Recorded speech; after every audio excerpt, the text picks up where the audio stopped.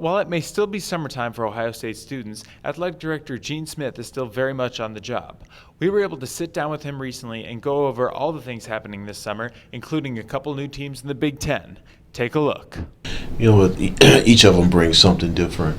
I think obviously with Maryland, they've had a deep, rich tradition and history in their success in basketball, and hopefully by coming in our league, it elevated a little bit more. They struggled over the last couple of years, but coming into our league, I think we can help rejuvenate and help contribute to that. Rutgers had a great run in football for a period of time.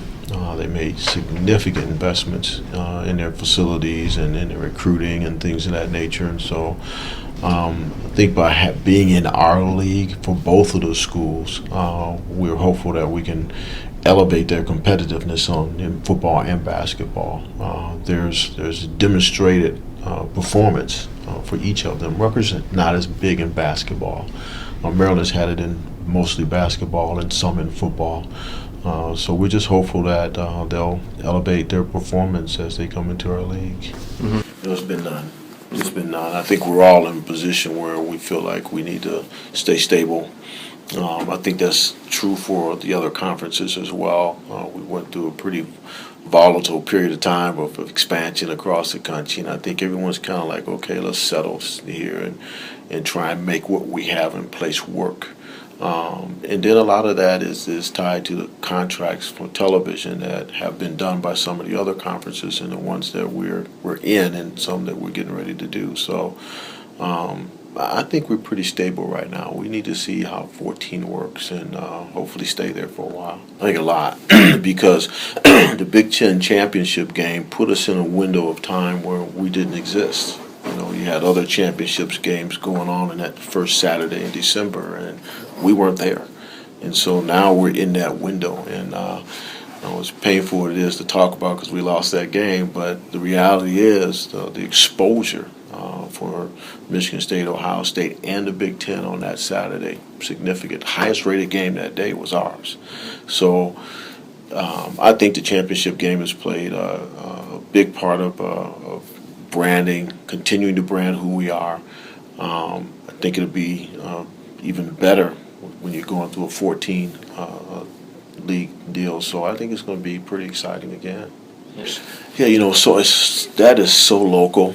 I think it's hard as a conference. The conference doing its job with the national exposure we're getting through the Big Ten Network and all the other contracts, which provides revenue for our coaches to go out and recruit talented young people. And I think the other thing that we've done is we've made some scheduling parameters that we feel everybody needs to try and stick to. It's very difficult to do, to say that you're not going to play a football championship subdivision team, that you're going to play one major at least in your non-conference schedule, moving from 8 to 9 conference games.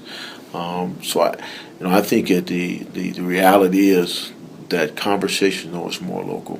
As an institution, what do you do with your football coach to help him recruit the best talent to where you are so that you can get better? And we've talked about that as a league with our coaches and ADs about, okay, everybody needs to really make sure you have a good strategic plan in recruiting and get out there and get the best. And so we've talked about it. Now the proof is in the individual leadership at those schools to try and help their programs get better. The scheduling will help that. We all needed to upgrade our non-conference schedules, and ours really, we've kind of had that philosophy. We've got a couple down years, but in 2016 it really kicks back up again. So I think overall we got a shot, but every league has a top and a bottom. Mm-hmm. Every league has that, and I think our problem in the Big Ten is we need to go beat people. At the end of the day, you got to go beat non-conference people, so that's what we have to do better. I think part of it has been the system that we have in place. One with bowl games. I've never been, nor am I a big proponent of the 6-6 wins. 6-6 regular season record, you get a chance to go to a bowl game. So you try and pad your non-conference to make sure you get those. At that point in time, 4. Now, when we move into non-conference games, it'll be 3. But the reality is, I don't think people padded it that way. And in our league, we're Our league is like the Pac-12. We have a broad-based sport philosophy, so we have more sports than all the other leagues. And so we have to have 7 home games. It's very difficult for any of us, Ohio State, Purdue, whoever, to meet their budget without having 7 home games. So that played into it a little bit as well. So you take less, you just can't go out on the road as much. But I think most of it was to get those wins early, so you can get that bowl game locked in, and we need to move away from that.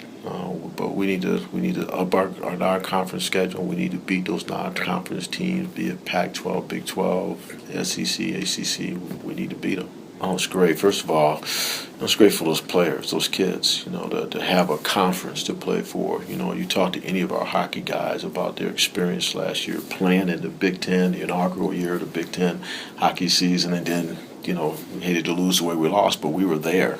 We had a chance to go to another level, and it was a great experience for them. There's something about, being in a conference with the identity of the Big Ten, and now that John Hopkins is coming in lacrosse-wise on the men's side, we have Big Ten lacrosse.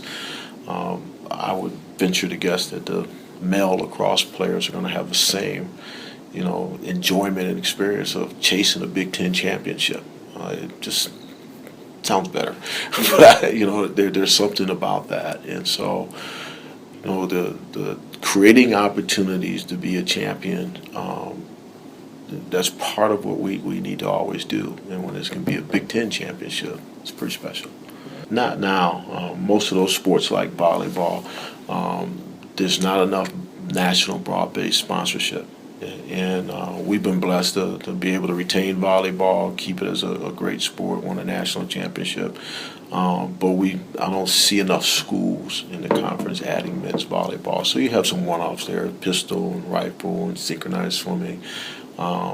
There's less than 15 synchronized swimming programs in the country that are actually NCAA schools. They're mostly club. So you won't see that happening. And every place has something different. Nebraska has bowling. So I don't think you'll see those sports emerge that way. For Buckeye TV, I'm Hayden Grove.